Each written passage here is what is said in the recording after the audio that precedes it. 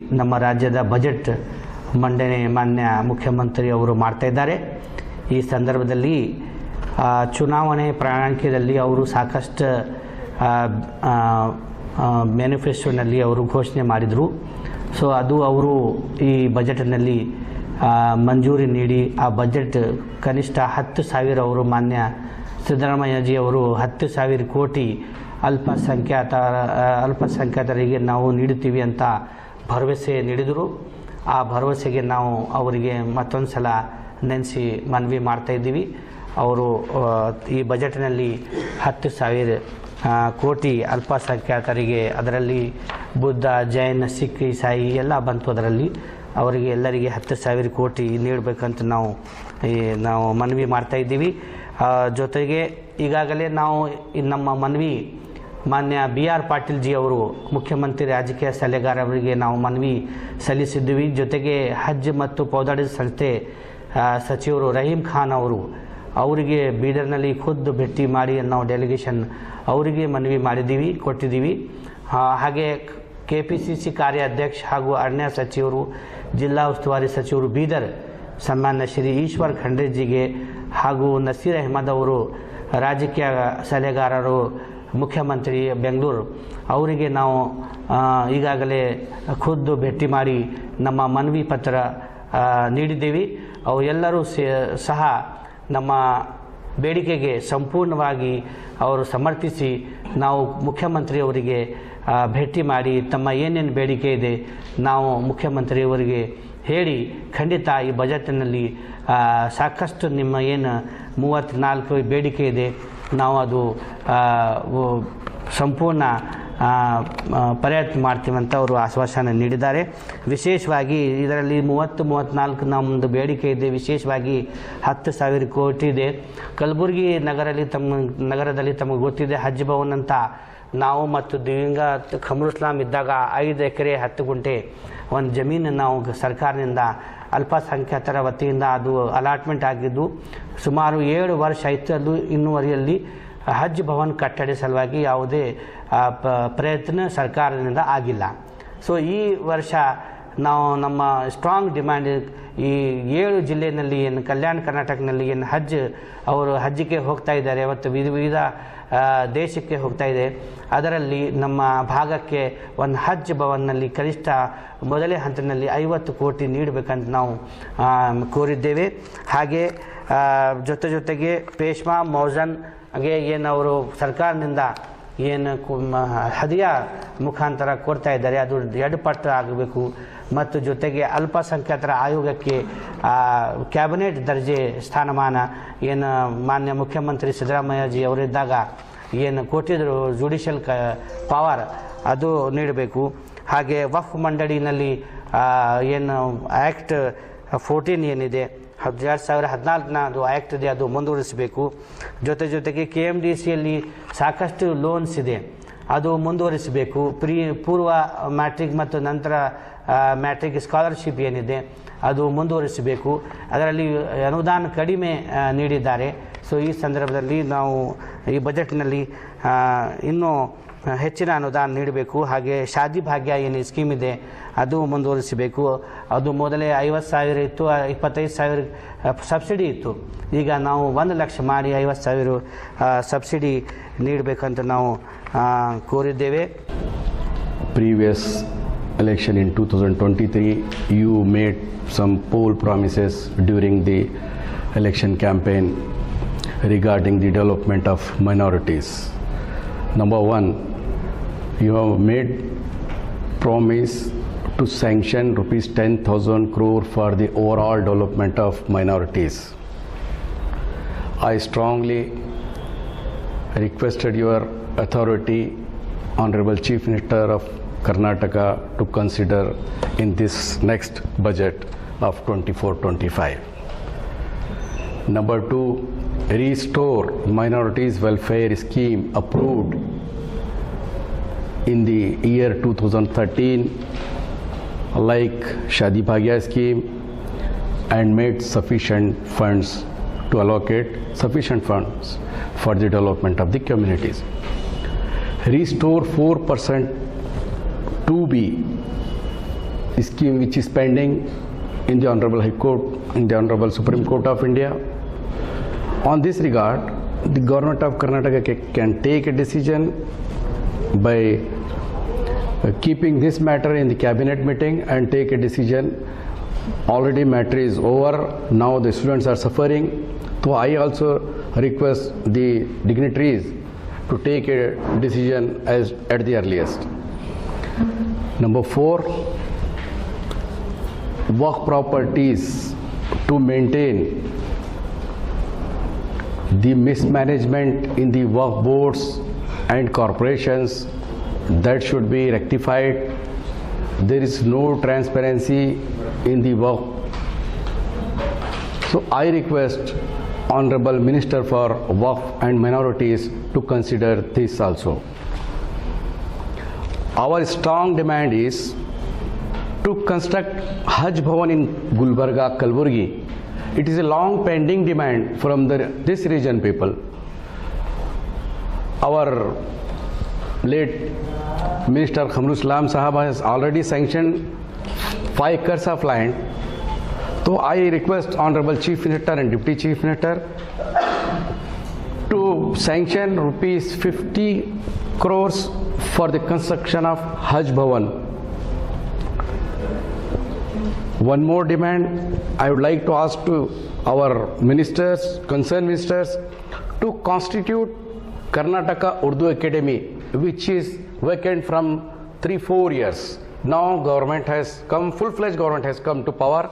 हुकूमत कर्नाटका से minorities welfare के लिए उन्होंने जो वादे हमारे इलेक्शन मैनिफेस्टो में किए थे उसको भरपूर करने के लिए हम एक मेमोरेंडम के ज़रिए ये पत्रिका गोष्ठी यहाँ पे मुनक़िद किए हैं और हुकूमत के तमाम हमारे इलाके के वज़ीर ईश्वर खंड्रे साहब, रहीम खान साहब और मुख्यमंत्री के जो सलाहकार हैं BR पाटिल साहब और नसीर खान साहब, इन तमाम लोगों को हमने ये मेमोरेंडम पहुंचाया है और हुकूमत से हम ये डिमांड करते हैं कि हमारे जो ये लेजिटिमेट डिमांड्स हैं उसको जल्द से जल्द आने वाले बजट में इंक्लूड करके माइनॉरिटीज़ के डेवलपमेंट के लिए काम करें।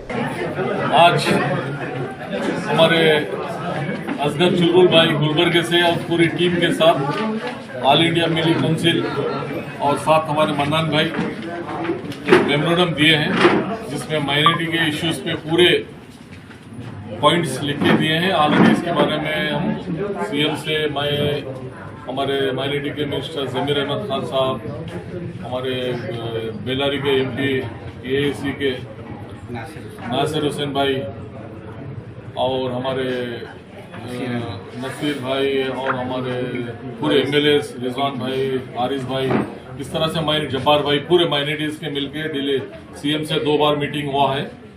ये जितने पॉइंट्स बोले हैं हिजाब के बारे में है और 4% के बारे में है और माइनॉरिटी का बजट बढ़ाने के लिए है। पिछली गवर्नमेंट में 1000 करोड़ भी नहीं था, हम आते कि 6 महीने के बजट में भी सिद्धरामैया साहब 1500 करोड़ बढ़ा के दिए हैं और इस बार हम 5000 करोड़ पूछे हैं। सिद्धरामैया साहब प्रॉमिस भी करे हैं कि मैं हर साल 2-2000 करोड़ बढ़ा के पूरे 5 साल के अंदर 10,000 करोड़ रुपये करता हूँ बोल के हुगली में एक बेलगाम सेशन में भी पूरे भरे सभा में बोले हैं मैं वो पूरा कमिटमेंट जो किया हूँ करता हूँ बोल के। बच्चों का स्कॉलरशिप है, हज भवन गुलबर्गे में बहुत दिनों से डिमांड है, इंशाल्लाह इस बार हज भवन का भी काम होगा और जितने भी माइनॉरिटीज को लेते हुए स्कॉलरशिप है, लोन्स है और टैक्सी ड्राइवर है, भाग्यश्री है, तो इस बार बहुत नए स्कीम्स इंक्लूड किए हैं। अब उसमें कितने सैंक्शन होते हैं 8 दिन में और मेरा भी कल सुबह बजट की मीटिंग है।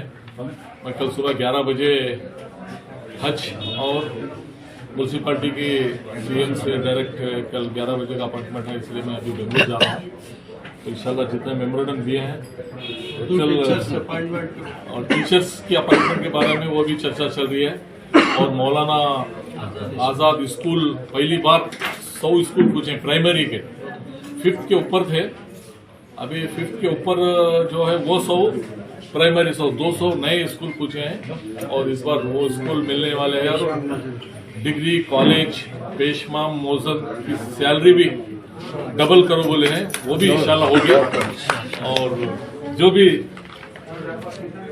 माइनॉरिटीज के डिमांड्स है वो पूरे होंगे इंशाल्लाह। आज ऑल इंडिया मिली काउंसिल की तरफ से मुझे एक निवेदन दिया गया है जिसमें अल्पसंख्यक लोगों का जो समस्याएं हैं खास करके कल्याण कर्नाटका एरिया में वो समस्याओं को हल करने के लिए और उनकी जो मांगे हैं जो भी न्याययुत मांगे बहुत दिनों से उनके पेंडिंग है तो वो मांगे पूरा करने के लिए हमारे अब्दुल मन्नान सेठ के साथ कई हमारे ऑल इंडिया मिली काउंसिल के डॉक्टर हजरत चुलबुल साहब और हमारे पूरे साथी लोग यहाँ पर पधारे हुए हैं।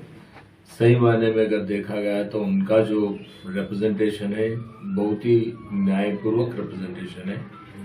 आज कल्याण कर्नाटक में ही नहीं बल्कि पूरे राज्य में कर्नाटक राज्य में जो अल्पसंख्यक लोगों की जो है ना सोशियो इकोनॉमिक उनकी परिस्थिति है अगर वो देखा गया तो सही मायने में अगर वैज्ञानिक दृष्टि से भी अगर देखें तो समीक्षा करे तो बहुत ही कष्ट में है।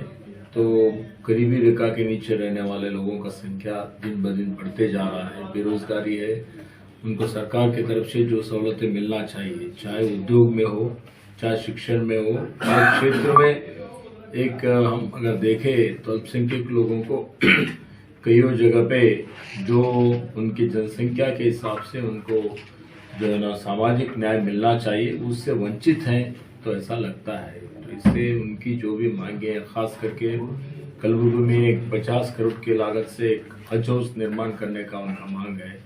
गरीब लोग जो भी हैं उनकी जो योजनाएं हैं पढ़ाई करने के लिए बच्चों को जो हमारे श्रम शक्ति है बच्चों का स्कॉलरशिप है यहाँ पर जो भी मोरारजी देसाई और डॉक्टर बाबा साहब अम्बेडकर वस्ती निलय जैसे स्कूल्स हैं वस्ती शालाएं उन वस्ती शालाओं में और भी अल्पसंख्यक समुदाय के लिए ज्यादा शाला कॉलेज रहना चाहिए। उनको उद्योग का जो है ना जो भी है वो देने के लिए उनको ज्यादा प्राशस्त्य देने के लिए भी उनकी जो मांगे हैं बहुत से मांगे उन्होंने यहाँ पर दिया है।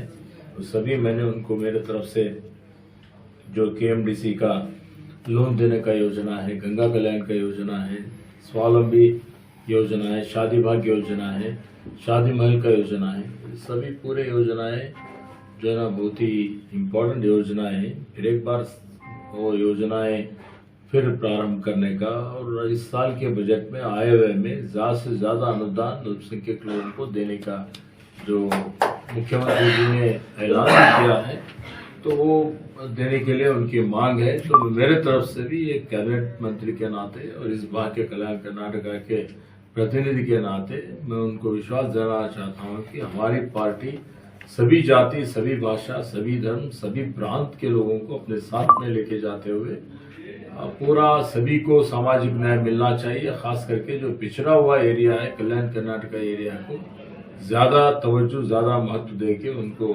अनुदान देना बोल के तय भी हुआ है। तो हम आने वाले दिनों में जितने भी आपके जो रिप्रेजेंटेशन है उसके ऊपर गौर करते हुए ज्यादा से ज्यादा सरकार की तरफ से, कांग्रेस पार्टी की तरफ से मदद करने का प्रयत्न करेंगे। मिली काउंसिल गुलबर्गा ब्रांच के सारे कमेटी लोग ये लोग आए थे मेरे पास। डॉक्टर मोहम्मद असर चुलबुल साहब उनके सदारत में डेलीगेशन आया था। इन्होंने सरकार की तरफ से कई मांगे सरकार को रखा है।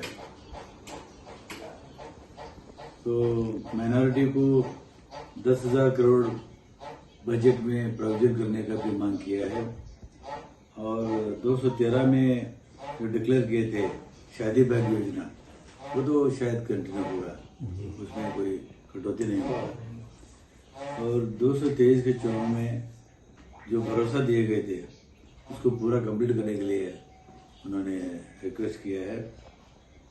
और टू बी मुस्लिम इस नीचे माइनॉरिटी को 4% जो बीजेपी सरकार छीन लिया था उसको वापस माइनॉरिटी कम्युनिटी को देने के बाद भी उसमें रखा गया है। और स्टेट में माइनॉरिटी महिलाओं के लिए स्कूल और कॉलेज में हिजाब पहन के आने का जो पिछले सरकार ने बंद कर दिया था उसको फिर शुरू करने का भी उन्होंने रिक्वेस्ट किया है। और 214 साल के वक्त के कायदे जो कंटिन्यू होना, ये भी उनका वक्त मंडल व कल्पसंख्यात जो आपकी तरफ से एक वक्फ बोर्ड को जो काबिल किसी को भी नॉमिनेट करने का भी बात रखा गया है। और माइनॉरिटी के लोगों को, इस आयोग को जुडिशरी पावर देने का भी बहुत बड़ी बात कहा है। शायद मैं समझता हूँ हिंदुस्तान में कहीं भी नहीं है। और KMDC के लोन जो मंजूर होता है उसमें सही लोगों को मिला जाए, और MLA और MP जो सिफारिश करते हैं उसको बंद करना चाहिए। एलिजिबल लोग जी, मैट्रिक पूर्व और मैट्रिक के बाद स्कॉलरशिप एलिजिबल कैंडिडेट को देने की भी मांग किया है। और शादी विवाह की योजना में 50,000 के बजाय 1 लाख जारी करने का भी मंजूर किया है। तो ये सारे बातें मैं CM साहब के साथ पास में रखूंगा और जितना हो सकता है उतना मदद करने के लिए धन्यवाद।